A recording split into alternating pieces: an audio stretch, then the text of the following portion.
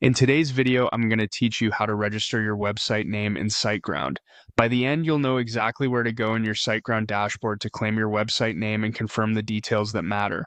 Start by opening your browser and heading to my.siteground.com. Sign into your account to reach the main dashboard. If you use two-factor authentication, have your code ready so you can get in smoothly. Once you're inside, you'll notice a clean navigation bar that helps you move between areas like your account, services, and websites.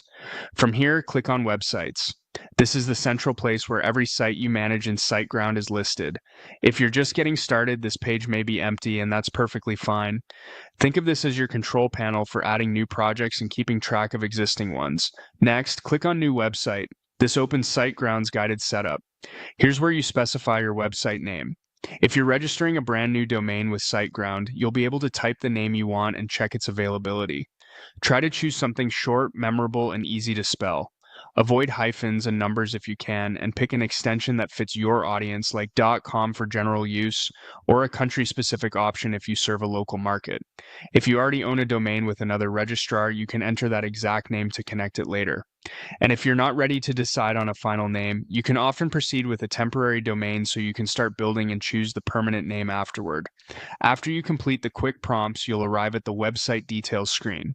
This page confirms the website name you set, the hosting plan it's on, and the data center location.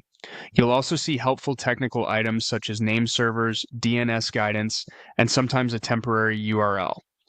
If you registered your new domain through SiteGround, the DNS is handled automatically. If your domain is registered elsewhere, copy the name servers shown here and update them at your registrar.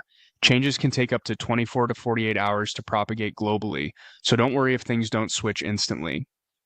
From website details, you can jump into Site Tools to install WordPress, enable a free SSL certificate, and force HTTPS for a secure padlock. Take a moment to double-check the spelling of your website name here. It's much easier to catch typos now than after you start sharing links.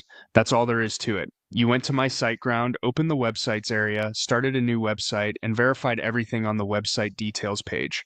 You're ready to move on to building and launching with confidence.